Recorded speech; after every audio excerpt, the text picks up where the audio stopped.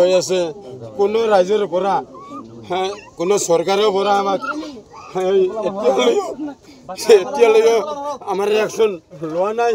আমাৰ ইয়াতে মানুহবিলাক কি খায়, কেনেকুৱা থাকে, কেনেকুৱা নাথাকে, ল'ৰা ছোৱালীবিলাক কেনেকুৱা থাকে, কেনেকুৱা নাথাকে, সিহঁতে কোনো চৰকাৰৰ পৰা এতিয়ালৈ আমাক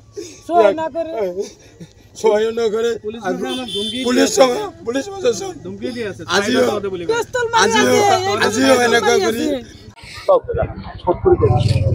হয়। আজি ABMCৰ কেন্দ্ৰীয় সমিতি তথা বিভিন্ন জিলা সমিতিৰ এক বৃহৎ সজাতি দল আহি ধুবুৰী জিলা চাপৰ ৰাজহ চক্ৰৰ অন্তৰ্গত চিৰাকুটা, সন্তোষপুৰ আৰু চৌৰাবাখৰা গাঁৱত উপস্থিত হৈছোঁ। এই অঞ্চলৰ উচ্চাৰিত জনতাৰ কাষত আমি থিয় দিছোঁ। এই অঞ্চলত আহি আমি দেখিবলৈ পাইছোঁ আজি এই বৃহত্তৰ চাপৰ ৰাজহ চক্ৰৰ অন্তৰ্গত এই গাঁওসমূহ আজি মানৱতাৰ বধ্যভূমিলৈ ৰূপান্তৰ হৈছে।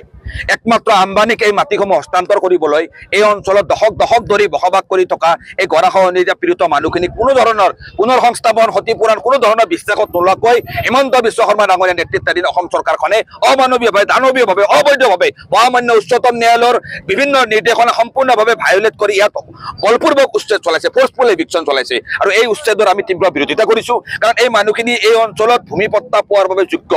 কোনোবা মানুহৰ ঠাইত যদি 2 বিঘা মাটি আছে, তাৰ পৰা যিখিনি মাটি লাগে সেইখিনি চৰকাৰে লৈ কমচে কম 2 কঠা মাটি ধৰি মানুহখিনিক সেটেলমেণ্ট দিব লাগিছিল। কিন্তু তেওঁলোকৰ মৌলিক অধিকাৰ কাঢ়ি লৈ এনেকৈ ঘৰ বাৰী, শাসন আৰু ক্ষমতাৰ ভয় দেখুৱাই এনেকৈ উচ্ছেদ কৰিব নালাগিছিল। এই উচ্ছেদৰ তীব্ৰ আমি বিৰোধিতা কৰিছোঁ। আমি ইতিমধ্যে গম পাইছোঁ যে যোৱাকালিৰ দিনটোত অসমৰ মুখ্যমন্ত্ৰী হিমন্ত বিশ্ব শৰ্মা ডাঙৰীয়াই এই উচ্ছেদিত মানুহখিনিৰ নাম ভোটাৰ তালিকাৰ পৰা কৰ্তন কৰা হ'ব বুলি ঘোষণা কৰিছে। এই ঘোষণাৰ পিছতে এই অঞ্চলৰ বিভিন্ন ব্যক্তিৰ মোবাইললৈ ইলেকশ্যন কমিশ্যন অফ ইণ্ডিয়াৰ ফালৰ পৰা এটা মেছেজ আহিছে যে তেওঁলোকৰ নামবোৰ ভোটাৰ তালিকাৰ পৰা কৰ্তন কৰা হ'ব।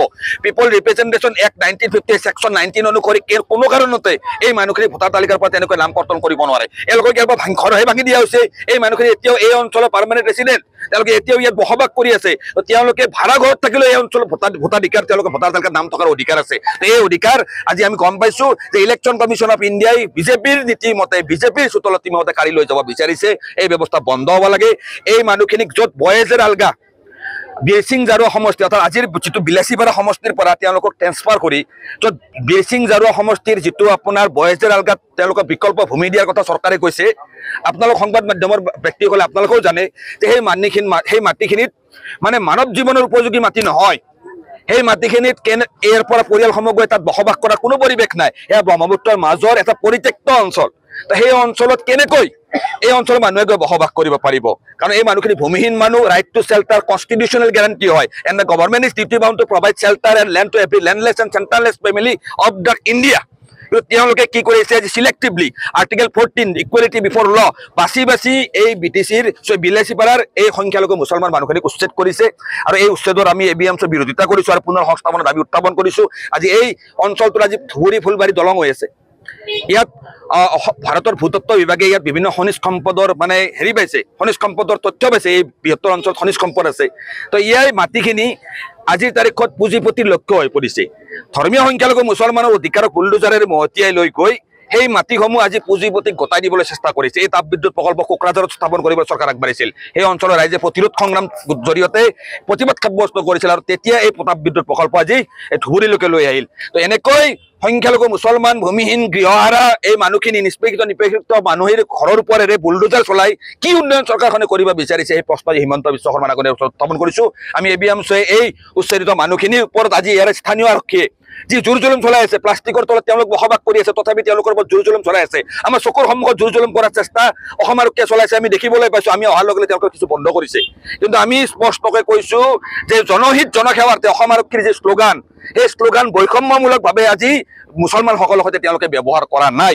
আৰু এয়া সম্পূৰ্ণভাৱে অসম আৰক্ষীৰ যিটো মডেলৰ সম্পূৰ্ণ বিৰোধিতা, তেওঁলোকৰ যিটো প্ৰিন্সিপালৰ বিৰুদ্ধে তেওঁলোকে কাম কৰিছে।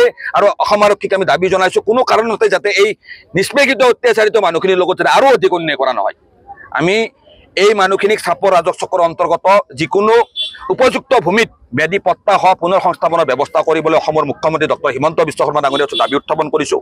কোনো কাৰণতে যাতে এই মানুহখিনিৰ নাম ভোটাৰ তালিকাৰ পৰা কৰ্তন কৰা নহয়, পিপল ৰিপ্ৰেজেণ্টেশ্যন এক্টৰ বিভিন্ন ধাৰা যাতে কোনো কাৰণতে ইয়াত নচ্ছেদ কৰা নহয় সেই দাবী উত্থাপন কৰিছোঁ।